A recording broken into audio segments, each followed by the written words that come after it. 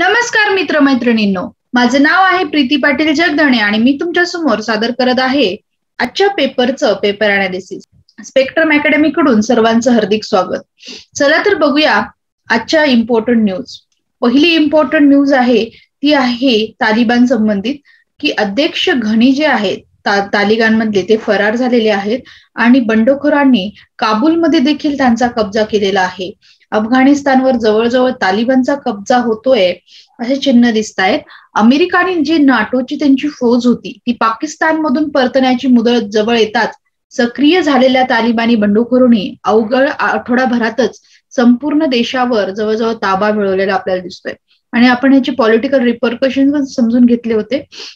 याच्यामुळे भारताला कशा पद्धतीने एक प्रकारे चॅलेंज येणार आहे अफगाणिस्तानमधून. जे पण दहशतवादी ज्या संघटना आहेत जास्तीत जास्त त्याच्या काश्मीरमध्ये त्यांचा अनेक हल्ले होऊ शकतात, ह्याची देखील चिन्हे आपल्या भारतासाठी आहेत. नेक्स्ट आपली इम्पॉर्टंट न्यूज आहे ती आहे काल 75व जे आपलं इंडिपेंडन्स डे साजरा झाला त्याच्यामध्ये विकासाला एक प्रकारे गतिशक्ती आणि 100 लाख कोटीची योजना साठीचा प्रयास याची घोषणा पंतप्रधान नरेंद्र मोदींनी केली आहे. आता याच्यामध्ये महत्वाचे मुद्दे त्यांच्या भाषणातले असे होते की देशात स्वतंत्रतेच्या अमृत महोत्सवानिमित्त 75व्या आठवड्याचा सोहळा साजरा झाला. हा सोहळा 15 ऑगस्ट 2023 पर्यंत सुरू राहील. या कालावधीमध्ये 75 वंदे भारत रेल्वे गाड्या देशाच्या कानाकोपऱ्यात जोडतील असं पंतप्रधानांनी प्रतिपादन केलंय. नेक्स्ट आहे ती आहे की 100 लाख कोटीची गुंतवणूक करणार आहे. ती कशामध्ये तर पंतप्रधान गतिशक्ती योजना याच्यामध्ये 100 लाख कोटीची गुंतवणूक करणार आहेत आणि देशामध्ये नव्या टप्प्यातील आर्थिक सुधारणा त्याच्याद्वारे साधणार आहेत. तसेच 75व्या या स्वातंत्र्य दिनानिमित्त ऐतिहासिक लाल किल्ल्यावरून त्यांनी अनेकांना शुभेच्छा दिल्या. स्वातंत्र्याचा जो शतक महोत्सव आहे, शतक महोत्सवाच्या दरम्यान त्यांनी काही टार्गेट ठरवले. त्याच्यामध्ये आपण जास्तीत जास्त आत्मनिर्भर भारतकडे वळणार आहोत. आता ज्याच्यामध्ये एनर्जीचा मुद्दा प्रकर्षाने त्यांनी मांडलेला आपल्याला दिसतोय की एनर्जीच्या मुद्द्यामध्ये आपण एनर्जी डिपेंडंट नाहीयेत.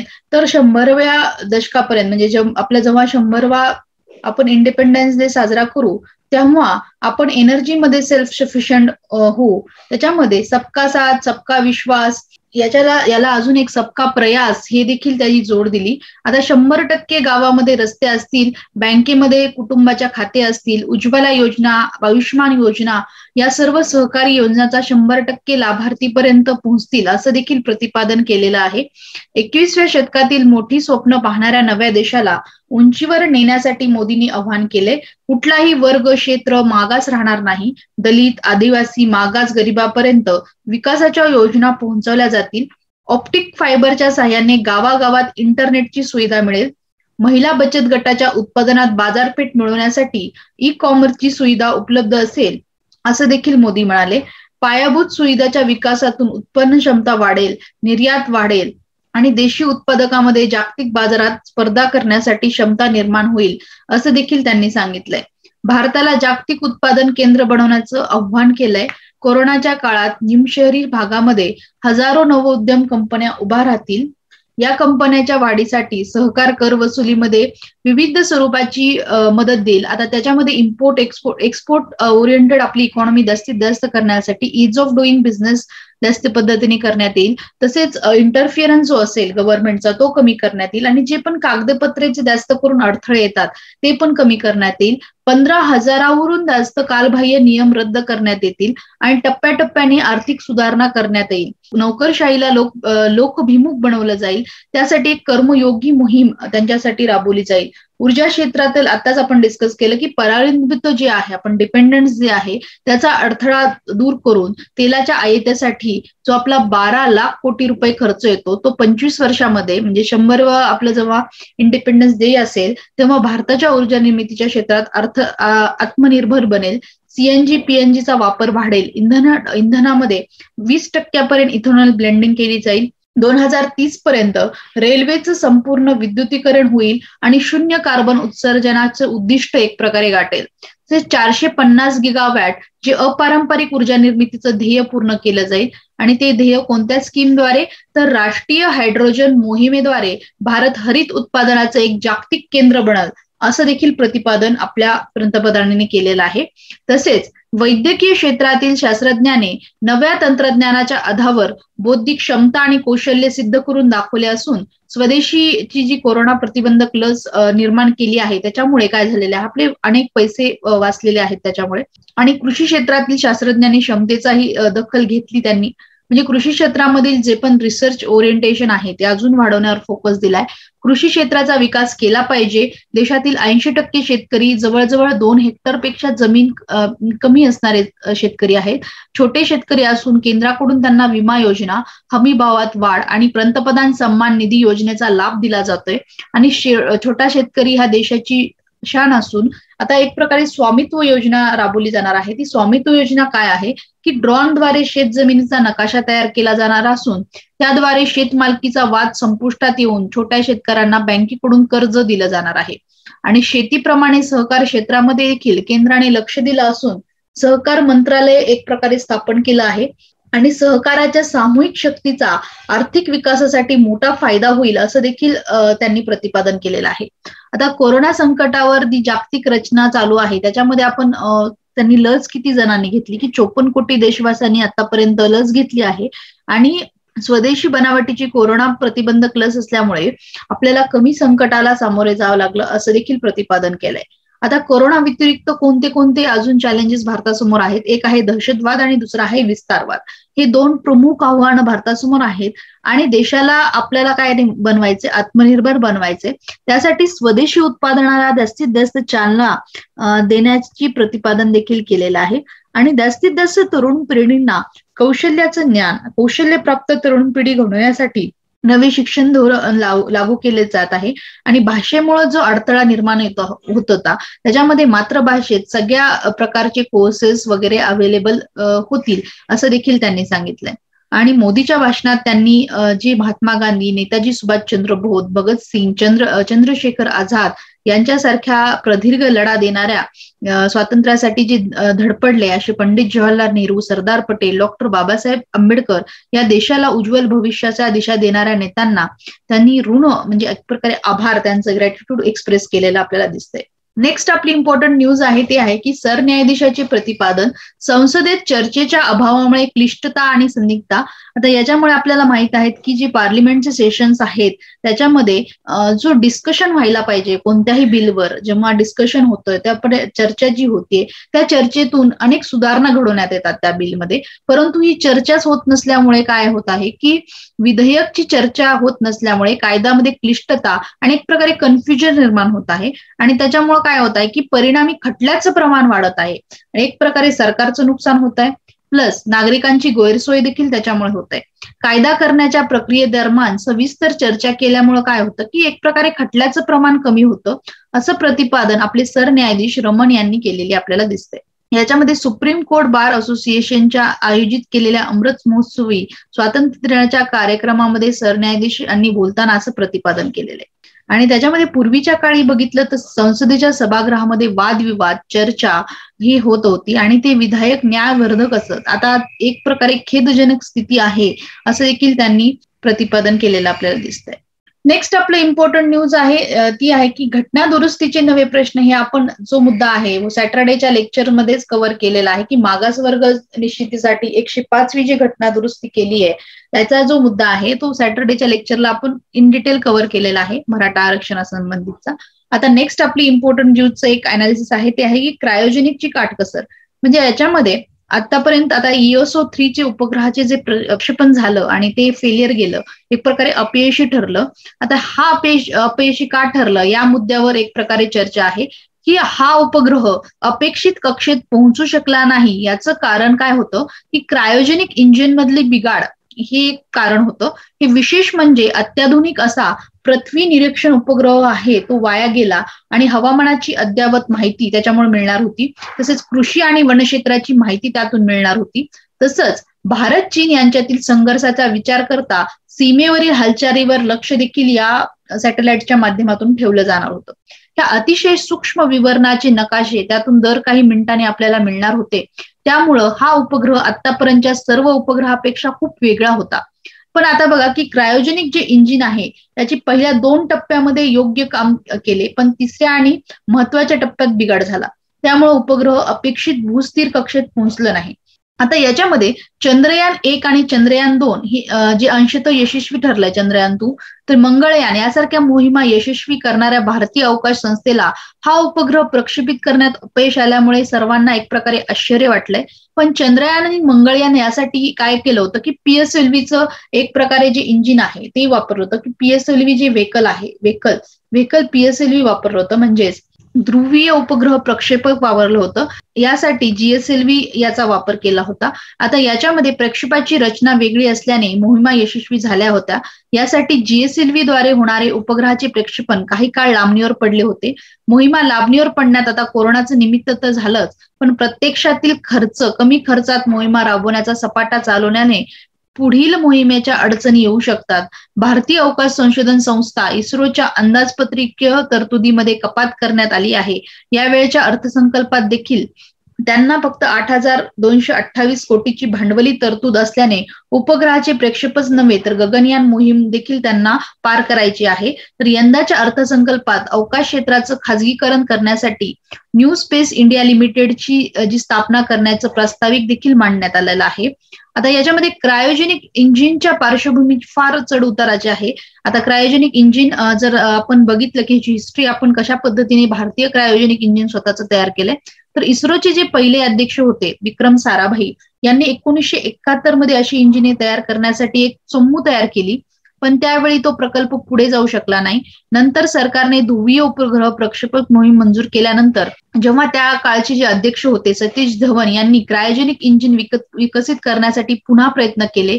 त्याद्वारे इन्स्टंट श्रेणीतील काही जे टन वजनामध्ये उपग्रह भारताला स्वदेशातून सोडता येणार होते. त्याच्यानंतर राजीव गांधी यांच्या काळात UR राव यांच्या मोहिमेअंतर्गत पुढे नेण्याचा निश्चित केलं की क्रायोजेनिक इंजिनसाठी आपण प्रयत्न करायचे. आणि भारताने 1997च्या एका प्रारूपाची चाचणी सुरू केली आणि पहिली चाचणी 2003 यशस्वी झाली. नंतर 2014 मध्ये त्याचा उपग्रह प्रक्षेपासाठी वापर यशस्वीपणे ठरला. नंतर आपण क्रायोजेनिक इंजिन तयार करणार अमेरिका, जपान, फ्रान्स, रशिया, चीन या देशाच्या रांगेत जाऊन आपण पोहोचलो.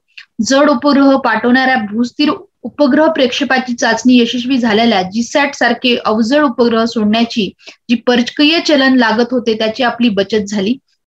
आपण काय करायचो, उपग्रह तयार करायचो आणि दुसऱ्या देशाद्वारे आपण सोडत होतो आणि त्यामुळे काय झालं, एक प्रकारे फॉरेन आपले जे आपल्याला करन्सी लागत होती ती आपल्याला एक प्रकारे बचत झाली. क्रायोजेनिक तंत्रज्ञानामध्ये द्रव्य ऑक्सिजन आणि द्रव्य एक प्रकारे लिक्विड ऑक्सिजन आणि लिक्विड हायड्रोजन याचा वापर केला जातो. शिवाय ही दोन्ही इंधने अत्यंत कोल्ड टेम्परेचरला ठेवावी लागतात आणि हेच सगळ्यात मोठं आव्हान होतं. आणि हे तंत्रज्ञान केवळ उपग्रहापुरतच मर्यादित नसून त्याचा क्षेपणास्त्रासाठी देखील उपयोग होतो. आणि एक प्रकारे कोल्ड टेम्परेचरला ठेवल्यामुळे काय होतं की नाळेतील रक्त साठवण्याची व्यवस्था निर्माण केली जाते आणि क्रायोजेनिक तंत्रज्ञानाचा काही भाग वापरला जातो. आणि क्रायोजेनिक इंजिनातील आणखी प्रगत टप्प्यासाठी आपल्याला एक प्रकारे ऍडव्हान्स अजून क्रायोजेनिक इंजिन तयार करायचंय आणि त्यासाठी हिंदुस्थान एरोनॉटिक्स सारख्या कंपन्या प्रयत्न करत आहेत. अशा वैज्ञानिक प्रकल्पांना पुरेसे अर्थसहाय्य मिळाले तर तंत्रज्ञानात भारत अजून देखील चांगली प्रगती करू शकेल. एक प्रकारे आपण क्रायोजेनिक इंजिनची हिस्ट्री आताच्या जे ESOचं जे फेलियर आहे ते कशामुळे झाले एक प्रकारे माहिती मिळवली. नेक्स्ट आपल्या इम्पॉर्टंट न्यूज आहेत की केंद्राच्या नव्या IT नियमांना उच्च न्यायालयाची स्थगिती. आता जे ऑनलाईन माध्यमांना आचारसंहितेची सक्ती करणाऱ्या नव्या माहिती तंत्रज्ञान कायद्यातील जे IT कलम आहे त्याच्यामध्ये IT कलम मध्ये कलम 9 सबक्लॉज 1 आणि कलम 9 सबक्लॉज 3 या उच्च न्यायालयाने शनिवारी त्याला स्थगिती दिली आहे. ऑनलाईन माध्यमांना नैतिक संहितेची पालन सक्तीची करणे आणि अभिव्यक्ती स्वातंत्र्यावर गदा असल्याचं दर्शनी दिसते. म्हणजे जे पण IT ऍक्ट आलेले आहेत तर ते स्वातंत्र्य जे आपले फंडामेंटल राईट्स आहेत एक्सप्रेशनचे त्याच्यावर बाधा घालू शकत नाहीत. त्यामुळं त्यांना उच्च न्यायालयाने स्थगिती दिलेली आहे. आता आपल्याला माहितीच की आपले जे फंडामेंटल राईट आहेत त्याला आर्टिकल 32 सपोर्ट करतं. म्हणजे आपल्याला जे रिट्स दिलेले आहेत की फंडामेंटल राईट्सवर जे प्रोटेक्शन मिळालेलं आहे त्याच्या अंतर्गत हे रिट्स जे आहेत ते हायकोर्ट आणि सुप्रीम कोर्टला वापरण्याचा अधिकार आहे आणि या रिट्सच्या अंतर्गत आपण आपले फंडामेंटल राईट हे कन्झर्व करू शकतो. आता 14 ऑगस्ट हा दिन जो आहे तो फाळणी भय स्मृती दिन म्हणून साजरा केला आहे. फाळणीची वेदना कधीच विस्मृतीत जाऊ शकत नाही अशी भावना व्यक्त करीत नरेंद्र मोदींनी 14 ऑगस्ट हा दिवस फाळणी भयस्मृती दिन म्हणून ओळखला जाईल असं घोषणा केलेली आहे. आपण आता भारताची मॅगझिनी हे जे इटलीचं मॅगझिनी होता त्याच्यामध्ये आपण बघू शकतो की आपले जे अरविंद बोस आहेत त्यांना एक प्रकारे भारताचे मॅगझिनी म्हणून ओळखलं जातं. आता याच्यामध्ये 15 ऑगस्टला त्यांचा क्रांतिकारक योगी अरविंद यांचा जन्मदिन साजरा करण्यात येतो. भारताचा स्वातंत्र्य दिन देखील तोच आहे आणि हा योगायोगच आहे. त्याचा जन्म जो आहे तो 15 ऑगस्ट 1872 साली झाला होता आणि एक प्रकारे त्यांचं 100वी जयंती एक प्रकारे ही असेल पुढची. आता अरविंद यांचा जन्म 15 ऑगस्ट 1972 रोजी कोलकात्यात झाला होता आणि यांचं जे स्वातंत्र्य काळात जे कॉन्ट्रीब्युशन आहे ते आपण इन शॉर्ट बघूया.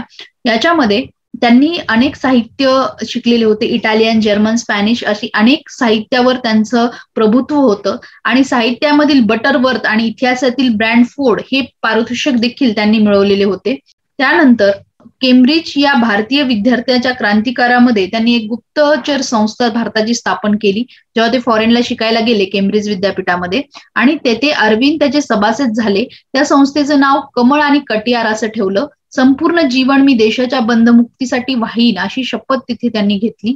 ICS परीक्षा पास झाले परंतु त्याबद्दल त्यांना अजिबात ओढ नव्हती आणि ब्रिटिश सरकारचं गुलाम म्हणून त्यांना राहायचं नव्हतं. त्यामुळे मुद्दामनच ते घोडस्वारीच्या परीक्षेत अनुत्तीर्ण झाले. नंतर त्यांनी बडोद्याचे महाराज सयाजीराव गायकवाड यांच्या दरबारात त्यांनी 200 रुपयाच्या पगारावर नोकरी केली. तसेच हिंदू प्रकाशचे संपादक KG देशपांडे यांना अरविंद यांनी वृत्तपत्रामध्ये लेखमाला लिहिण्यास एक प्रकारे प्रोत्साहन दिलं आणि त्यांनी त्यावेळी काँग्रेसच्या मवाळ गटावर कडाडून अशी टीका केली आणि ध्येयाविषयी देशात जागृती निर्माण करण्याचा प्रयत्न देखील त्यांनी केला. त्यांच्या इंदू प्रकाश यांच्या लेखातून केला. नंतर न्यायमूर्ती रानडे आणि यांच्यामध्ये एक डिबेट झालं की इंदू प्रकाशच्या व्यवस्थापकांना त्यांनी इशारा दिला की असंच लेखन चालू राहील. रानडे आणि अरविंद जे आहेत यांचं डिबेट एक प्रकारे झालेलं दिसतंय आणि त्याच्यानंतर त्यांचं जर कार्य बघितलं तर 1901 मध्ये मांडवले यांनी अरविंदांना क्रांतिकार्याची शपथ दिली. 1902 मध्ये ते क्रांतिकार्याला प्रथम मिदनापूर येथे गेले. नंतर कोलकात्यात जाऊन P. मित्र यांना क्रांतिकार्याची शपथ दिली. त्याच दरम्यान भगिनी निवेदिता यांच्याशी त्यांची भेट झाली. नंतर 1905 मध्ये अरविंदांनी भवानी मंदिर हे पुस्तक लिहिले. हे पुस्तक वंगभंग आंदोलनाची अभिनव गीता आहे ज्याचे एक प्रकारे गुप्त राहून त्यांनी वितरण केले. त्यांच्यामध्ये सशस्त्र क्रांतीची गुप्त तयारी, विदेशी शासनाविरुद्ध खुलेआम प्रचार आणि विदेशी शासनाशी पूर्णपणे असहकार हे देखील त्या पुस्तकामध्ये एक प्रकारे महत्वाचे मुद्दे होते. आणि स्वराज्याचे ध्येय, स्वातंत्र्याचे ध्येय व्यक्त करण्यासाठी स्वराज्य हा खूप महत्वाचा मुद्दा एक प्रकारे त्यांनी मांडला. अरविंद यांनी बिपिनचंद्र पाल यांना जाऊन मिळाले आणि क्रांतिकार्यासाठी आवश्यक असलेले सार्वत्रिक प्रचाराची संधी त्याद्वारे त्यांना मिळाली. वंदे मातरम यांचा भारतभर प्रसार त्यांच्याद्वारे देखील झाला. तसेच टिळकाप्रमाणे पुरुषीन शांती अरविंदांना मान्य नव्हती. आणि बेझंट यांनी भारताचे मॅझिनी असं त्यांना संबोधले. आता हाचा क्वेश्चन येऊ शकतो की अरविंद यांना भारताचं मॅझिनी असं कुणी संबोधलेलं आहे मॅझिनी, तर ते आहे की ॲनी बेझंट यांनी. 1906च्या कोलकाता जे अधिवेशन होतं काँग्रेसचं त्याच्यामध्ये दादाभाई नौरोजी यांच्यामुळे मवाळ आणि जहाल पक्षांचं एक प्रकारे एकत्रीकरण आणि पंडिम सकाराम गहू देसपूर यांच्यासोबत तयार केलेल्या प्रस्तावावर स्वराज्य या शब्दाचा प्रयोग होऊन संबंध झाला. आणि 30 एप्रिल 1908 मध्ये मुझफ्फर येथे जिल्हा न्यायाधीशावर बॉम्ब फेकण्याचा प्रयत्न झाला असा त्यांच्यावर एक दावा चालवला आणि त्याच्यामध्ये अरविंदाचा एक प्रकारे काहीही याच्यामध्ये संबंध नव्हता. त्याच्यामध्ये अनेक क्रांतिकारांना अटक केलं, त्याच्यामध्ये अरविंदला देखील अटक केलं आणि अलीपूरच्या तुरुंगात त्यांना ठेवण्यात आलं. या त्यांचा खटला जो लढवला तो चित्तरंजन दास यांनी लढवला आणि त्यांनी त्याच्या बचावावर एक भाषण जोशपूर्ण केले आणि इतका प्रभाव पडला न्यायाधीशावर की त्यांना अरविंदाला निर्दोष मुक्तता दिली. आता याच्यावरून निर्दोष मुक्तता झाल्यानंतर एक प्रकारे राजकारण त्यांनी पॉलिटिक्स सोडलं आणि पोंडिचेरीला जाऊन बसले. नंतर देखील 1920 ला लोकमान्य टिळकाचा जेव्हा मृत्यू झाला तेव्हा एक प्रकारे नेतृत्वाची पोकळी भरून काढण्यासाठी काँग्रेसला एक खंबीर नेत्याची गरज होती. पण 1920 मध्ये टिळकांच्या प्रेरणेने जोसेफ वेस्टिटा यांनी श्री अरविंदांना एक पत्र पाठवले. या पत्राच्या उत्तरामध्ये मला भारताच्या स्वातंत्र्यासाठी जे काही करणं आवश्यक आहे ते मी माझ्या पद्धतीने करत आहे. पोंडिचेरी हे माझ्या तपश्चर्याची गुहा आहे आणि वैराग्याची नसून वेगळ्या प्रकारची आहे. आता याच्यामध्ये आध्यात्मिकाचा एक प्रकारे आध्यात्मिक मार्गाला ते अरविंद लागलेले होते. याच्यामध्ये योगा आणि प्राणायाम अशा योग साधनेमध्ये आश्रमात त्यांनी सहवास केला आणि स्वतःच्या योग साधनेत होते आणि त्यावेळी त्यांनी सावित्री या महाकाव्याची निर्मिती त्यांनी केली आणि नंतर 5 डिसेंबर 1950 ला त्यांचा मृत्यू झाला. अशा पद्धतीने एक प्रकारे अरविंद यांची आपण एक इन शॉर्ट माहिती घेतली त्यांच्या जीवन कार्याची आणि त्यांचं कॉन्ट्रीब्युशन भारताच्या स्वातंत्र्याचं बघितलं. आता हे सारसाची घटती संख्या चिंतेची. आता याच्यामध्ये काय झालेलं आहे की जो उत्तर प्रदेश आणि गुजरात या राज्याचा राज्यपक्षी कोण आहे तर सारस हा जगातील सर्वात मोठा उडणारा पक्षी म्हणून ओळखला जातो. कार्कोचा कर्करा याच्यासोबत सारस पक्षाचा गुड्डी या पक्षी कुलात समावेश होतो आणि त्याचं शास्त्रीय नाव ग्रुस अँटिगोन असं आहे. उत्तर आणि मध्य भारत तसेच थायलंड, म्यानमार इत्यादी प्रदेशात सारस आढळतो आणि त्याची जी उंची आहे ती गिधाडापेक्षा मोठा असून 120 ते 152 सेंटीमीटर एवढी त्याची उंची आहे. परंतु शिकारीमुळे तसेच शेतातील विषारी कीटकनाशकामुळे आज जर आपण बघितलं तर शेतात सारस यांचा पक्षी नामशेष होण्याच्या मार्गावर आहे. 2000 मध्ये देशाच्या सारस पक्षाच्या केवळ 4च जोड्या शिल्लक होत्या. तर गोंदिया जिल्ह्यात वन खात्याने बॉम्बे नॅचरल हिस्ट्री सोसायटी 2004 साली काही सर्वेक्षणामध्ये 4 सारस पक्षी शिल्लक राहिल्याचं आढळून आलं. तसेच 2019 मध्ये वन खाते, जिल्हा प्रशासन, सामाजिक संस्था शेतकऱ्याच्या मदतीने सारसाची संख्या गोंदियावर 42 गेली तर बालाघाटमध्ये ती 52 गेली. एकूण 94 सारस पक्षी तेव्हा आढळून आले. त्यामुळे येत्या काळात सारस पक्षी महाराष्ट्रातून संपूर्ण नामशेष होतील काय अशी परिस्थिती निर्माण झाली होती. तथापि काय झालं की वन विभाग, स्थानिक प्रशासन आणि पक्षीप्रेमी यांच्या एकत्रित प्रयत्नामुळं एक प्रकारे सारस पक्षींची संख्या वाढवण्यात आली. आता 2020 मध्ये बालाघाट येथे 58 तर गोंदिया येथे 45 अशी एकूण 130 सारस पक्षाची नोंद करण्यात आली आहे आणि 2021 मध्ये पक्षी गणनेमध्ये बालाघाट 47, गोंदिया 39, भंडारा 2 असे 88 सारस आढळून आलेत. आता मागील वर्षाच्या तुलनेमध्ये सारसच्या जे पक्षी आहेत त्याच्यामध्ये 15ने घट झाली आहे आणि ही पण एक मुद्दा आहे की घट झाली आहे तर तेव्हाच त्यांना एक प्रकारे त्यांची संख्या वाढवण्यात यावी, जास्तीत जास्त संरक्षण त्यांना भेटावं आणि शेतात कीटकनाशक फवारणीमुळे कमीत कमी 4 ते 5 सारस पिल्लूंचा मृत्यू होतो. तसेच विष, विजेचा शॉक, अवैध शिकार याच्यामुळे देखील सारस पक्ष्याची संख्या कमी होते.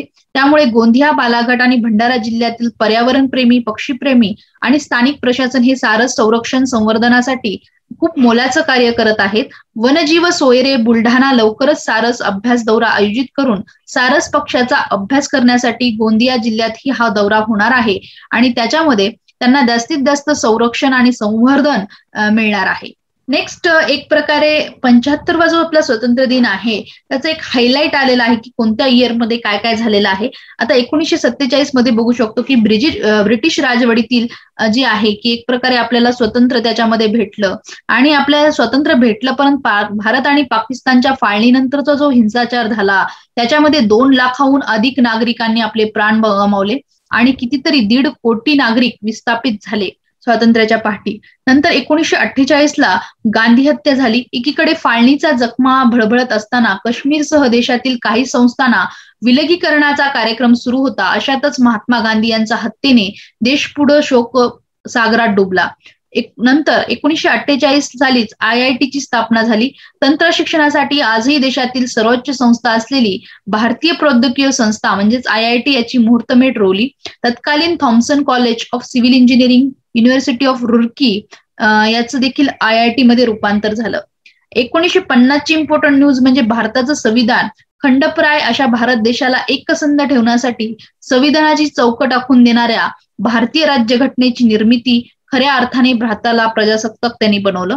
1951 ला भारतामध्ये पहिली निवडणूक झाली आणि जगातील सर्वात मोठी लोकशाही असलेल्या देशात स्वातंत्र्यानंतर भारतीय राज्यघटनेच्या तरतुदीनुसार पहिली लोकसभा निवडणूक पार पडली आणि पहिल्या निवडणुकीमध्ये 46% मतदाराने आपला हक्क गाजवला.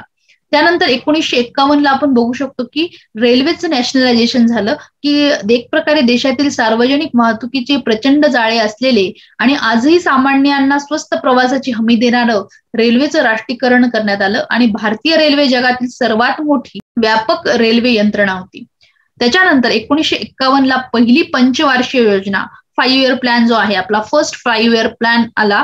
त्याच्यामध्ये देशाच्या साचेबंद आर्थिक विकासासाठी आखलेल्या पहिल्या पंचवार्षिक योजनेचा प्रारंभ सिंचन, ऊर्जा, कृषी, वाहतूक या क्षेत्राच्या प्रगतीसाठी प्रामुख्याने झाला. त्यानंतर 1952ला पहिलं वैयक्तिक ऑलिम्पिक पद मिळवणारे मराठमोळे कुस्तीशीर खाशाबा जाधव यांनी हेलसिंकी ऑलिम्पिकमध्ये कांस्यपद मिळवले. हे भारताचं पहिलं ऑलिम्पिक पद होतं खाशाबा जाधव यांनी मिळवलेलं.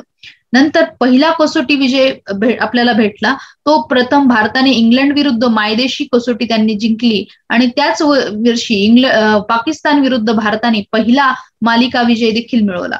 1954 मध्ये भारताने अणुऊर्जा संस्थाचं स्थापन केलं की देशामध्ये अणुकार्याची मुहूर्तमेढ रोवणाऱ्या अणुसंशोधनाची दिशा दाखवणाऱ्या अणुऊर्जा संस्थेची मुंबईत स्थापना झाली.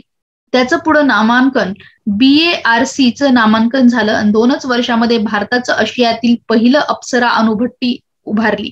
1955ला LIC आणि स्टेट बँक विषयी भारतीय विमा क्षेत्राचं राष्ट्रीयकरण होऊन भारतीय आयुर्विमा महामंडळाचं LIC ची देखील स्थापना झाली. याच वर्षी इम्पेरिकल बँक ऑफ इंडियाचं भारतीय स्टेट बँकमध्ये रूपांतर 1955ला झालं. त्यानंतर 1956ला घटनाकार आपले जे डॉक्टर बाबासाहेब आंबेडकर होते यांनी बौद्ध धर्माची दीक्षा घेतली आणि याच वर्षी त्यांचं 6 डिसेंबर 1956ला त्यांचा मृत्यू झाला. एक प्रकारे महापरिनिर्वाण झालं. नंतर 1956ला स्टेट रिऑर्गनायझेशन ऍक्ट म्हणजेच राज्य पुनर्रचना कायदा आला. याच्यामध्ये आंध्र राज्याच्या मागणीसाठी उपोषण करताना लोक मृत्युमुखी पडले आणि श्रीरामल्लू यांच्या निधनानंतर नेमण्यात आलेल्या राज्य पुनर्रचना आयोगाच्या शिफारशीनुसार आधारे हा कायदा बनवला. त्यानंतर 5 वर्षात महाराष्ट्रासह केरळ, तमिळनाडू, गुजरात या राज्याची निर्मिती आपल्याला झालेली दिसते. 1958 मध्ये भारतीय चित्रपटाची एक प्रकारे ऑस्कर वारी चालू झाली. तर पडद्यावरील दुनियेमध्ये भोवतालच्या वास्तव जगाचा विसर पडायला लावणाऱ्या भारतीय चित्रपटाची ऑस्कर मधली पहिली धडक मेहबूब खान दिग्दर्शक मदर इंडियाला ऑस्कर सर्वोत्कृष्ट परदेशी भाषा चित्रपट पुरस्कारासाठी नामांकन भेटलं. 1960 मध्ये महाराष्ट्राचं राज्य स्थापन झालं. बॉम्बे प्रांतातील मराठी भाषकांचा स्वतंत्र राज्याच्या मागणीसाठी सुरू असलेल्या अनेक वर्षाच्या लढाईला यश येऊन 106 हुतात्म्याच्या बलिदानानंतर मुंबई शहरासह महाराष्ट्र राज्याची स्थापना झाली. 1960ला ग्रीन रिव्होल्युशन पण झालं, हरित क्रांती. याच्यामध्ये अन्नधान्य उत्पादनाच्या बाबतीत भारताला स्वयंपूर्ण बनवण्याच्या उद्देशाने एक प्रकारे तो स्वतंत्र टप्पा मानला जातो. आता ग्रीन रिव्होल्युशन मध्ये व्हीट आणि राईसचं जे आपलं प्रोडक्शन आहे ते भारतात वाढलं आणि एक प्रकारे स्वयंपूर्ण झाला भारत त्या बाबतीत. आणि याच्यामुळे फर्टिलायझरचा उपयोग आणि हाय इल्डिंग क्रॉप्स चा उपयोग, याच्यामध्ये हाय इल्डिंग जे सीड्स आहेत त्याचा उपयोग करण्यात आला. तसेच 1961 आणि 1962 मध्ये गोवा पुंडुचेरी ताब्यात घेण्यात आली आणि याच्यामध्ये ब्रिटिशांच्या वर्चस्वातून मुक्त झालेल्या भारताने गोवा आणि पुंडुचेरीचे भाग अनुक्रमे पोर्तुगीज आणि फ्रेंच यांच्या ताब्यात होते आणि ते दोन्ही भारतामध्ये समाविष्ट करण्यात आले. त्याच्यानंतर भारत चीनचं जे 1962चं युद्ध आहे त्याच्यामध्ये भारत आणि चीन या दोन देशांमध्ये सीमा प्रश्नावरून युद्ध झालं. त्याच्यामध्ये युद्धाचं कारण काय होतं तर मॅकमोहन रेषा आणि प्रत्यक्ष नियंत्रण रेषा हे मान्य करण्यात चीनचा नकार होता आणि महिनाभरानंतर देखील चीनकडून शस्त्रसंधी झाली आणि भारताचे 1300 सैनिक जवळजवळ या युद्धामध्ये हुतात्मे झाले. त्यानंतर 1965ला लगेच भारत पाकिस्तान युद्ध झालं. पाकिस्तानचं ऑपरेशन जिब्राल्टरमुळे भारत पाकिस्तान दरम्यान एप्रिल ते सप्टेंबर या काळात युद्ध झालं आणि पाकिस्तानच्या 26 ते 33 हजार सैनिकाचा काश्मीरमध्ये घुसखोरीचा प्रयत्न भारताने हाणून पाडला आणि त्याच्यामध्ये भारताचा विजय झाला. 1966ला पहिली आशियाई भारताची मिस वर्ल्ड बनली, ती आहे रीटा फारिया यांनी मिस वर्ल्ड त्यांनी भारताचा किताब पटकवला. व्यवसायाने डॉक्टर असलेली रीटा फारिया मॉडेलिंग करत होत्या आणि त्यांचा जन्म हा मुंबईमध्ये झाला होता. नंतर 1967ला पहिला ग्रॅमी पुरस्कार पंडित रविशंकर यांनी भारताला पहिला ग्रॅमी पुरस्कार मिळवून दिला. 1969ला एक प्रकारे बँकाचं राष्ट्रीयकरण, नॅशनलायझेशन ऑफ बँक झालं इंदिरा गांधीच्या काळामध्ये. तर बँकाचं खाजगीकरण करण्याकडे आता कल आहे, पण त्याच वेळी इंदिरा गांधी यांनी बँकाचं राष्ट्रीयकरण केलं. त्यानंतर बँकाच्या राष्ट्रीयकरणाचा दुसरा टप्पा 1980 मध्ये केला. त्यानंतर 1969ला इस्रोची स्थापना केली. भारताने अवकाश क्षेत्रात आज जी बरीच प्रगती केली त्याचं पूर्ण श्रेय भारतीय अवकाश संशोधन संस्था इस्रोला जात आहे आणि या संस्थेची स्थापना 1969 मध्ये झाली.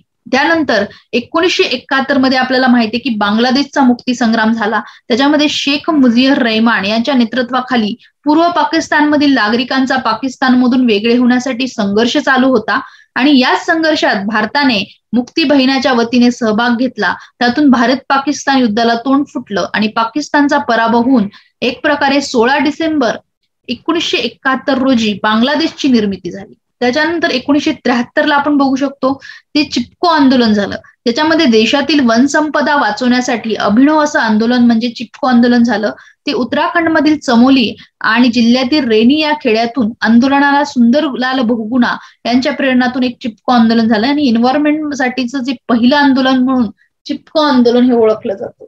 त्याच्यानंतर 1974 मध्ये पोखरणची टेस्ट झाली. आपली पोखरणची जी अणुचाचणी झाली ती भारताची पहिल्यांदा पोखरणमध्ये अणुचाचणी केली आणि त्याला नाव काय होतं तर स्माइलिंग बुद्धा हे सांकेतिक एक प्रकारे त्याचं नाव होतं आणि त्या नावाखाली ही चाचणी झाली आणि जगातील अणुवस्त्रम देशामध्ये भारताचा एक अणुशक्ती म्हणून भारताचा एक प्रकारे समावेश झाला. त्यानंतर 1974ला आपल्याला दिसतं की जयप्रकाश नारायणचं एक प्रकारे भ्रष्टाचार विरोधामध्ये एक आंदोलन चालू झालं. 1975ला भारताचा पहिला उपग्रह सोडण्यात आला. भारताने पहिला अंतराळ उपग्रह विकसित केला आणि त्याचं नाव काय दिलं आर्यभट्ट, जे भारताचे गणित तज्ज्ञ यांच्या नावाने त्याला नाव देण्यात आलं. त्याच्यानंतर इंदिरा गांधी यांची निवड एक प्रकारे 1975ला रद्द कशामुळे झाली तर 1971 मध्ये लोकसभाच्या निवडणुकीमध्ये गैरप्रकार होऊन विजय झाल्याचा आरोप त्यांच्यावर होता. तत्कालीन पंतप्रधान इंदिरा गांधी यांची निवड अलाहाबाद उच्च न्यायालयाने अवैध ठरवली. हा निकाल आणीबाणीला कारणीभूत ठरला आणि त्यामुळे अंतर्गत स्थैर्याचं कारण पुढं करून तत्कालीन पंतप्रधान इंदिरा गांधी यांनी आणीबाणी घोषित केली म्हणजे इमर्जन्सी डिक्लेअर केली आणि त्याच्यामध्ये काय इंटरनल एक प्रकारे डिस्टर्बन्स जो आपला क्लॉज होता त्याचा एक प्रकारे गैरवापर त्यांनी केला आणि त्यानंतरच्या निवडणुकीमध्ये काँग्रेस तर पक्षाच्या एकजुटीने बनवलेल्या जनता पक्षाची केंद्रामध्ये स्थापना झाली. तर जनता पक्ष सत्तेमध्ये आला. त्याच्यामध्ये 1976 सामूहिक नसबंदी केली. आता ही इंदिरा गांधी यांचे जे पुत्र होते संजय गांधी यांनी त्याच्यामध्ये सामूहिक नसबंदीचं कारण काय आहे की जनसंख्या कमी करण्यासाठी त्यांनी सामूहिक नसबंदी केली आणि याच्यामध्ये 2000 जणांचा सक्तीच्या शस्त्रक्रियेमुळे बळी गेला आणि याच्यावर खूप पद्धतीने टीका करण्यात आला. नॅशनल पॉप्युलेशन पॉलिसीच्या अंतर्गत ह्यांनी नसबंदी केली आणि ह्याचं रिपरकशन काय झाले की लोक खूप नाराज झाली या सरकारवर, संजय गांधी आणि इंदिरा गांधीवर. 1979 मध्ये मंडळ आयोगाची स्थापना झाली. ज्याच्यामध्ये देशातील सामाजिक आणि शैक्षणिक दृष्ट्या मागास वर्गासाठी बी मंडळांच्या अध्यक्षाखाली या आयोगाची स्थापना झाली. 1982ला रंगीत आशियाई क्रीडा स्पर्धेचं नवी दिल्लीत आयोजन झालं आणि भारतात पहिलीच आंतरराष्ट्रीय पातळीवर ही मोठी स्पर्धा पार पडली. या स्पर्धेच्या निमित्ताने देशात रंगीत टीव्हीचं देखील आगमन झालं. 1983ला कपिल देवच्या नेतृत्वाखाली भारताने क्रिकेटचा पहिला विश्वचषक जिंकला. या विजयानंतर भारतीय आणि जागतिक क्रिकेटला एक निराळच वळण भेटलं. 1984ला भारताचा पहिला अंतराळवीर राकेश शर्मा अंतराळात गेला. रशियाच्या मदतीने ही मोहीम राबवण्यात आली आणि संयुक्त मोहिमेत शर्मा यांना अंतराळात जाण्याची संधी मिळाली. त्यानंतर ऑपरेशन ब्ल्यू स्टार. आता ह्याच्यामध्ये सुवर्ण मंदिरात दडलेले जे शीख दहशतवादी होते, आपल्याला माहितीये की सुवर्ण मंदिरामध्ये अनेक खालिस्तानी मुवमेंट चालू होती आणि खालिस्तानी मुवमेंटमध्ये सेपरेट पंजाब याच्या नावाखाली शीख दहशतवाद्यांनी हुलकावणी केली आणि त्यांना हिसकून लावण्यासाठी लष्कराने ऑपरेशन ब्ल्यू स्टार ही मोहीम राबवली आणि सुवर्ण मंदिरातील कारवाईचा सूड घेऊन इंदिरा गांधीची हत्या एकाच त्यांच्या शीख अंगरक्षकाने म्हणजे त्यांच्या बॉडीगार्डने केली. त्याच्यानंतर त्याच काळामध्ये 1984च्याच काळामध्ये भोपाळ दुर्घटना झाली. त्याच्यामध्ये भोपाळमधली जी युनियन कार्बाइड ही जी कंपनी होती त्याच्यामध्ये वायुगळती झाली आणि या दुर्घटनेने जवळजवळ 3,000 आसपास लोकांचा मृत्यू झाला आणि हजारो लोक जखमी झाले आणि कायमस्वरूपी अपंगत्व देखील त्यांना आलं. 1945ला शहाबानो खटला. आता शहाबानो खटला कशामुळे, त्याच्याच अंतर्गत आपलं आत्ताचं ट्रिपल तलाक जे बिल आहे याच खटल्याच्या अंतर्गत आता पास झालंय. शहाबानो या घटस्फोटात मुस्लिम महिलेला पोटगी देण्याचा सर्वोच्च न्यायालयाचा आदेश होता. हा मुस्लिम धर्माच्या कारभार हस्तक्षेप ओरड असल्यावर तत्कालीन राजीव गांधी यांनी संसदेत कायदा करून सर्वोच्च न्यायालयाचा निकाल रद्दाबाबत केला होता. म्हणजे काय केलं की त्यांना डिवोर्स झाल्यानंतर काहीतरी रक्कम द्यायला पाहिजे आणि डिबेट काय झाला की आमच्या इस्लाम कायद्यामध्ये तुम्ही इंटरफेअर करू नका. तर त्याच्या अंतर्गत हा जो आहे राजीव गांधीने हा कायदा एक पारित केला की त्यांना पोटगी देण्यात यावी आणि सर्वोच्च न्यायालयाच्या रद्दाबाबत एक प्रकारे राजीव गांधीने एक कायदा पारित केला. त्याच्या अंतर्गत सर्वोच्च न्यायालयाचा हा जो निकाल आहे त्यांना पोटगी देण्याचा तो निकाल रद्द झाला. त्याच्यानंतर 1946ला बोफोर्स घोटाळा एक प्रकारे न्यूजमध्ये होता की स्वीडनमधील कंपनीकडून भारत सरकारने खरेदी केलेल्या बोफोर्स तोफा ज्या आहेत त्या खरेदी व्यवहारात काही उच्च जे पद आहेत भारतीय उच्च पदांनी लाच घेण्यात आली असं त्याच्यामध्ये बोफोर्स घोटाळ्याची चर्चा चालू झाली आणि तत्कालीन पंतप्रधान राजीव गांधी आणि राजकीय पिछेहाटीस त्यांची सुरुवात झाली याच्या बोफोर्स घोटाळ्यामध्ये. नंतर 1988ला मतदार अधिकारांना तरुण जास्तीत जास्त काय झालं की मतदार जो अधिकार होता त्याच्यासाठी किमान वय 21 वर्ष होतं तर ते चेंज करून ते 18 वर्ष आणण्यात आलं आणि हे 61 जे अमेंडमेंट ऍक्ट आहे आपली 61 अमेंडमेंट ऍक्ट याच्या संदर्भात आहे की एज जे आहे वोटिंग एज जे आहे तर 21 वर्षावरून 18 वर्षावर आणलं आणि जास्तीत जास्त युवा वर्गाला राष्ट्र निर्मितीसाठी सहभागी करण्याचा हा निर्णय होता. नंतर 1989ला अयोध्यातली शिलान्यास म्हणजे अयोध्या मंदिराच्या शिलान्यास कार्यक्रमाला तत्कालीन राजीव गांधी यांनी सरकारने परवानगी दिली. येथूनच पुढे अयोध्येचं राजकारण एक प्रकारे चालू झालं. लालकृष्ण अडवाणीची रथयात्रा भाजपाचे हिंदुत्व केंद्रीय राजकारण याची सुरुवात याच काळापासून झाली. त्याच्यानंतर पी.व्ही. सिंग आणि मंडल बोफोर्स घोटाळ्यानंतर काँग्रेसमधून बाहेर पडून जनता दल स्थापन करणारे व्ही.पी. सिंग यांनी मित्र पक्षाच्या आघाडीतून लोकसभा निवडणूक जिंकली आणि ते पंतप्रधान देखील बनले. पण सत्तेत आल्यानंतर दुसऱ्याच वर्षी व्ही.पी. सिंग यांनी मंडळ आयोगच्या शिफारशीची अंमलबजावणी करण्याची घोषणा करून एक प्रकारे देशभर हिंसाचारात उसळी आली. त्यानंतर म्हणजे 27% जे ओबीसी रिझर्वेशन आहे ते व्ही.पी. सिंगच्या काळातच मिळालेलं आहे. 1991ला भारताचे एक प्रकारे सोने परदेशात गहाण ठेवावं लागले कारण की आपल्याकडे जे बॅलन्स ऑफ पेमेंट क्रायसिस झाले त्याच्यामुळे काय झालं की इम्पोर्टसाठी आपल्याला एक आठवड्यापर्यंतच जो पैसा होता तो आपल्या भारताच्या तिजोरीत होता. आर्थिक संकटात असलेल्या भारताची तिजोरी रिकामी होण्याची वेळ आली आणि भारताचे सोने परदेशात गहाण ठेवून पैसे उभा करण्याच्या प्रस्तावाला तत्कालीन पंतप्रधान चंद्रशेखर यांनी मंजुरी दिली. त्यानंतर याच काळामध्ये राजीव गांधी यांची हत्या झाली. लोकसभा निवडणूक प्रचारासाठी तमिळनाडूमध्ये आलेले राजीव गांधी यांची हत्या केली. त्याच्यामध्ये LTE फोर्स श्रीलंका याचं राजकारण देखील याच्यामध्ये इन्व्हॉल्व आहे आणि त्यांनी एक प्रकारे श्रीलंकेला LTEच्या विरोधात जी मदत केली त्याच्याच अंतर्गत त्यांची हत्या करण्यात आली. नंतर LPG रिफॉर्म जे आहेत आर्थिक उदारीकरणाचे नवीन पर्व 1951ला सुरू झाले. ते आहे की 1951ला लोकसभा निवडणुकीत काँग्रेस सर्वात मोठा पक्ष ठरला आणि व्ही.पी. नरसिंह राव यांची पंतप्रधानपदी निवड होऊन अर्थमंत्री पद मनमोहन सिंग यांची नियुक्ती झाली आणि भारताला आर्थिक संकटातून बाहेर काढण्यासाठी खाजगीकरण उदारीकरण आणि जागतिकीकरणाचे नवे पर्व याच्यातून सुरू झाले. नंतर 1992ला रोखे घोटाळा एक प्रकारे समोर आला. त्याच्यामध्ये एप्रिल 1992ला शेअर दलाल हर्षद मेहताचा रोखे गैरव्यवहार म्हणजे शेअर मेहताचा जो स्कॅम आहे शेअर मार्केटमधला ते एक प्रकारे सामोरे आला आणि त्याच्यात अंतर्गत सेबीची स्थापना झालेली आपल्याला दिसते. त्याच्यानंतर 1992 मध्ये बाबरी दंगल जी आहे बाबरी मशिदीवर दंगल करण्यात आली आणि एक प्रकारे धार्मिक दंगली उसळल्या. दंगलीमध्ये लोन कमी होत होते तोच 1993 मध्ये मुंबईचा बॉम्बस्फोट मालिकेने एक प्रकारे भारताला हादरवलं. 1996ला रावलो 13 दिवस पुन्हा वाजपेयी म्हणजे एक प्रकारे इथे इन्स्टेबिलिटी आपल्याला राजकारणाची दिसते की काही रावलोचं सरकार आलं नंतर बहुमताभावी अटल बिहारीचं सरकार पाडण्यात आलं आणि 13 दिवस त्यांचं सरकार पडलं. तर 1999ला एक प्रकारे कारगिल युद्ध झालं. काश्मीरमधील कारगिल परिसरात पाकिस्तानी दहशतवाद्यांना पुढे करत घुसखोरी चालू केली आणि भारतीय हद्दीतील डोंगर ताब्यात घेतले. त्यांना हुसकवण्यासाठी मे ते जुलै या कालावधीत ऑपरेशन विजय या नावाने कारगिलचं युद्ध लढलं गेलं. नंतर विमान अपहरण झालं. तर डिसेंबर 1999 मध्ये पाकिस्तानच्या दहशतवादानी माध्यमातून इंडियन एअरलाइन्सच्या विमानाने नेपाळमध्ये एक अपहरण केलं विमानाचं. ते अफगाणिस्तानातील कंधार येथे ते नेलं.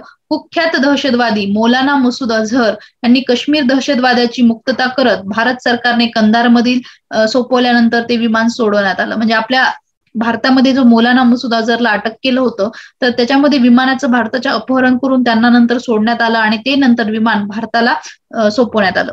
2001 मध्ये संसदेवर हल्ला झाला. लष्कर ए तैयबा आणि जैश ए मोहम्मद या संघटनाच्या दहशतवाद्याने संसदेवर केलेल्या हल्ल्यात 6 दिल्ली पोलिसांचा आणि 9 मृत्युमुखी पडले. त्याच्यामध्ये 2002 ला नंतर ग्रोंधा येथे साबरमती एक्सप्रेस जळीकांडानंतर गुजरातमध्ये दंगलीचा भडका झाला आणि भारताच्या इतिहासातील भीषण जातीय दंगलीपैकी ही आहे. त्याच्यामध्ये 1044 मृत झालं, 2500 जखमी झाले आणि 223 जण बेपत्ता झाले गुजरात दंगलीमध्ये. 2005 साली माहितीचा अधिकार, राईट टू इन्फॉर्मेशन आणि मनरेगा यासारख्या स्कीम भारतामध्ये आल्या. आपल्याला माहितीये की नंतर 2003 ला मनमोहन सिंगचं सरकार आलेलं आहे. त्याच्यामध्ये राईट टू इन्फॉर्मेशन आणि मनरेगा देशात माहितीचा अधिकारचा कायदा लागू. या कायद्याअंतर्गत नागरिकांना कोणतीही माहिती मिळवणं शक्य झालं. याच वर्षी महात्मा गांधी रोजगार हमी योजना लागू करून ग्रामीण भागातील प्रत्येक कुटुंबांना 100 दिवस रोजगाराची हमी दिली गेली. 2006 साली भारत आणि अमेरिका यांचा एक प्रकारे सिव्हिल जे करार आहे, नागरी अनुकरार झाला. त्याच्यामध्ये अमेरिकेचे तत्कालीन अध्यक्ष जॉर्ज बुश आणि भारताचं तत्कालीन पंतप्रधान मनमोहन सिंग यांच्यात नवी दिल्लीत हा करारावर स्वाक्षरी झाली आणि याच्यामुळे भारत आणि अमेरिका याच्यातील संबंध जे आहेत एक प्रकारे चांगल्या पद्धतीने सुधारायला लागले. 2007 मध्ये पहिली जी भारतीय महिला राष्ट्रपती बनली त्या म्हणजे प्रतिभाताई पाटील ह्या बनल्या. 2008 ला भारतीय अंतराळ संशोधन संस्थेची महत्वाकांक्षी चंद्रयान-1 मोहीम पार पडली आणि या मोहिमेद्वारे देशात अंतराळ मोहिमेला एक प्रकारे मोठं बळ मिळालं. 2008 सालीच बीजिंग ऑलिम्पिकमध्ये 10 मीटर एअर रायफल प्रकारात अभिनव बिंद्राला सुवर्ण पदक मिळालं आणि ऑलिम्पिकमध्ये वैयक्तिक सुवर्णपदक जिंकणारा तो पहिला भारतीय ठरला. पुन्हा 2008 साल मुंबई दहशतवाद हल्ला झाला. त्याच्यामध्ये पाकिस्तान स्थित लष्कर ए तोयबाच्या मदतीने मुंबईमध्ये दहशतवादी हल्ले झाले.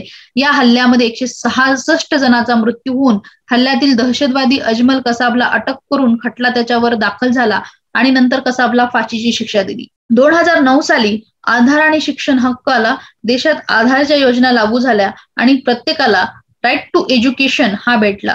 राईट टू एज्युकेशन आला, त्याच्यामध्ये 86th अमेंडमेंट ऍक्ट आला आणि राईट टू एज्युकेशन हा फंडामेंटल आपला राईट झाला. भारतीय नागरिकाला बायोमेट्रिक आणि अन्न तपशिलाचा समावेश करून आधार कार्डची मुहूर्तमेढ याच साली रोवली. याच वर्षी 6 ते 14 वयोगटात शिक्षणाचा अधिकार लागू झाला आणि शिक्षण हक्क कायदा लागू झाला. याच्यामध्ये 2012 साली सुवर्ण चतुष्कोण प्रकल्प. आता सुवर्ण चतुष्कोण प्रकल्प जो आहे देशातील 4 प्रमुख महानगर जे आहेत दिल्ली, मुंबई आणि हे जे आहेत क्वाड्रिलॅटर म्हणजे एक प्रकारे रोड तयार करण्याचं काम. याच्यामध्ये सुवर्ण चतुष्कोण प्रकल्पामध्ये जे प्रमुख महानगर आहेत दिल्ली, मुंबई, चेन्नई, कोलकाता यांना जोडणारा 5846 किलोमीटरचा सुवर्ण चतुष्कोण हा राष्ट्रीय महामार्ग प्रकल्प पूर्ण करण्याची घोषणा केली गेली आणि स्वतंत्रोत्तर काळातील सर्वात मोठं राष्ट्रीय महामार्ग जाळं जे आहे पसरलं. याच्यामध्ये 2013 ला लोकपाल आंदोलन म्हणजेच अण्णा हजारेचे जे आंदोलन आहे भ्रष्टाचार विरुद्ध एक प्रकारे चळवळ चालू झाली आणि लोकपाल विधेयकासाठी भारताभर आंदोलन झालं आणि नंतर हे आंदोलन त्यांच्या प्रयत्नानंतर 10व्या प्रयत्नानंतर हे विधेयक मंजूर झालं. पुढं 2013 ला राष्ट्रीय अन्न सुरक्षा कायदा आला. त्याच्यामध्ये लोकांना स्वस्त धान्य पुरवठा करण्यासाठी राष्ट्रीय अन्न सुरक्षा कायदा मंजूर करण्यात आला आणि तो 12 सप्टेंबर 2013 ला लागू झाला. 2013 लाच 5 नोव्हेंबर 2013 ला भारतीय अवकाश संशोधन इस्रोने मंगळ ग्रहावर चढाई करून यशस्वी प्रक्षेपण केलं आणि भारत मंगळाच्या कक्षेत पोहोचणारा आशियातील पहिला देश ठरला. 2014 ला भारताची पोलिओ मुक्ती झाली. जागतिक आरोग्य संघटनेने 24 मार्च 2014 मध्ये भारतासह आग्नेय आशियाला पोलिओ मुक्त प्रदेश जाहीर केलं. 2011 मध्ये पश्चिम बंगालमध्ये आढळलेली अल्पवयीन मुलगी पोलिओची शेवटची रुग्ण होती. याच्यानंतर नरेंद्र मोदी झंझावत लोकसभाची जी निवडणूक आहे ती नरेंद्र मोदी यांनी जिंकली आणि बहुमताने ते निवडून आले आणि बिगर काँग्रेस पक्षाच्या बाबतीत हे प्रथमच घडलं. त्याच्यानंतर 2016ला भारताने स्वतंत्र नेव्हिगेशन उपग्रह प्रणाली नेव्हिगेशन विथ इंडियन कन्सल्टेशन जारी केली, म्हणजे स्वतःची जीपीएस प्रणाली भारताने आणली. त्याच्यानंतर नोटाबंदी झाली. भारत सरकारने 8 नोव्हेंबर 2016ला डिमॉनिटायझेशन झालं, नोटाबंदी झाली. त्याच्यामध्ये 500 आणि 1000च्या नोटा रद्द झाल्या. याच नोटाच्या चलनातील हिस्सा त्यावेळी जवळपास 86% होता.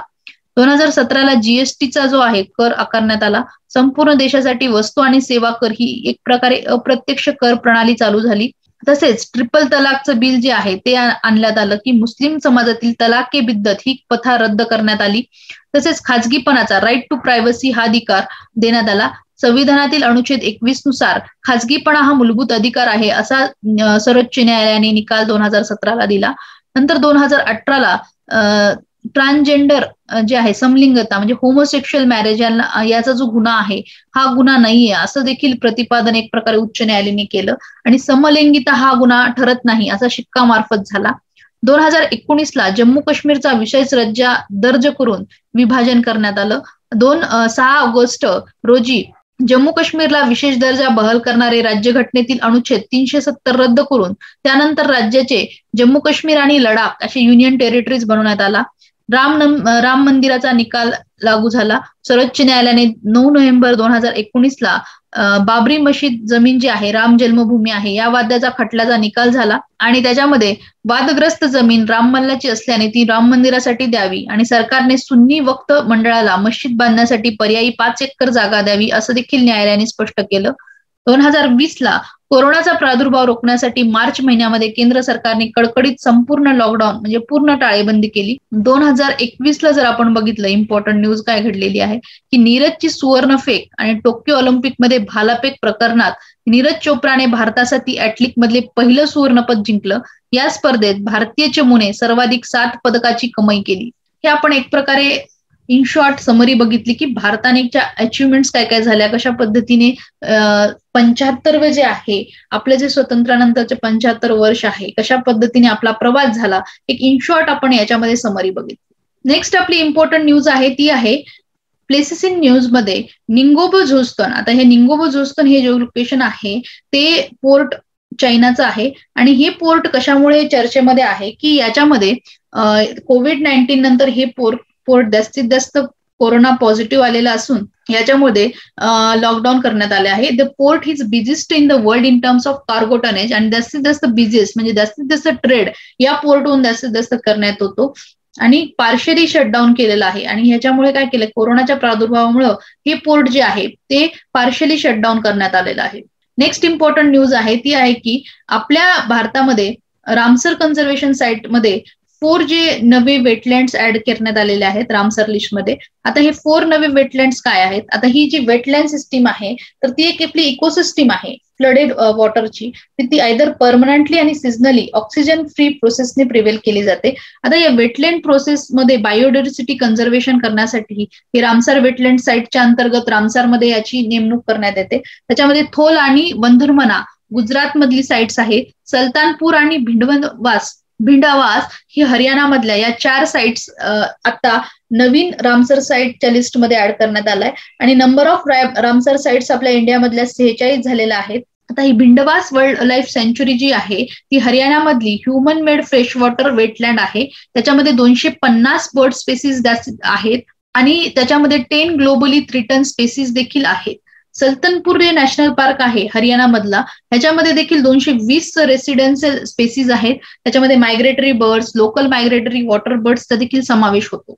आता थोल लेक वाईल्ड लाईफ सँच्युरी जी आहे गुजरातली ती सेंट्रल एशियन फ्लायवे आहे आणि याच्यामध्ये 320 बर्ड स्पेसीज त्याचे सापडल्या जातात. आणि वडवाना हे गुजरात मधलं आहे, हे पण इंटरनॅशनली इम्पॉर्टंट बर्ड लाईफ आहे आणि हे जवळजवळ 80 स्पेसीज इथे आहेत आणि याच्यामध्ये नियर थ्रिटन अशा स्पेसींचा देखील समावेश होतो. याच्यामध्ये वेटलँड म्हणजे काय, जो एक लँड एरिया असतो जो वॉटरने कव्हर केलेला असतो टेम्पररी किंवा सिझनली किंवा परमनंटली. एक प्रकारे मार्श एरिया असतो आणि एक प्रकारे डिस्टिंक्ट अशी इकोसिस्टीम वेटलँडला समजलं जातं. आता या वेटलँडचं इम्पॉर्टन्स काय, तर एक प्रकारे हायड्रोलॉजिकल जी सायकल आहे, फ्लड कंट्रोल असेल, वॉटर सप्लाय असेल किंवा फ्लड फायबर असेल, त्याच्यासाठीचा हे सपोर्ट आहे. वेटलँड सपोर्ट्स आणि वेटलँड लाखो मायग्रेटरी बर्ड्स जे आहेत त्यांना सपोर्ट करतं आणि colder region to world in summer, म्हणजे जे मायग्रेशन होतं बर्डचं त्याला सपोर्ट करतं. आणि वेटलँड आपल्या भारतामध्ये इस्रोने 2011 नॅशनल वेटलँड्स अॅटलस एक प्रकारे तयार केलेलं होतं. त्याच्यामध्ये 2 लाख जवळजवळ वेटलँड्स मॅप केलेले होते आणि आपल्या जिओग्राफिक एरियाच्या जवळजवळ 5% जो भाग आहे तो वेटलँड्सनी व्यापलेला आहे. याच्यामध्ये प्रॉमिनंट वेटलँड जे इंडियातले आहे ते आहे चिल्का लेक ओडिसा मधलं, वटलर लेक जम्मू काश्मीर, रेणुका राजस्थान मधलं, Deepor Beel Assam, east Kolkata wetland, तसेच हरिक्का वेटलँड पंजाब मधलं, रुद्रसागर त्रिपुरा मधलं, असे वेटलँड्स आपण रिकॉग्नाइज ऑलरेडी केलेले आहेत रामसर साईटमध्ये. आणि अजून 4 वेटलँडची आपण माहिती बघितली ज्यांना रामसर साईटमध्ये इन्क्लूड केलेलं आहे. ओके फ्रेंड्स, आपण सर्व आजच्या इम्पॉर्टंट न्यूज बघितल्या. चला तर मग उद्याच्या न्यूजपेपरमध्ये भेटूया. तोपर्यंत stay safe at your home. Thank you so much for listening my lecture.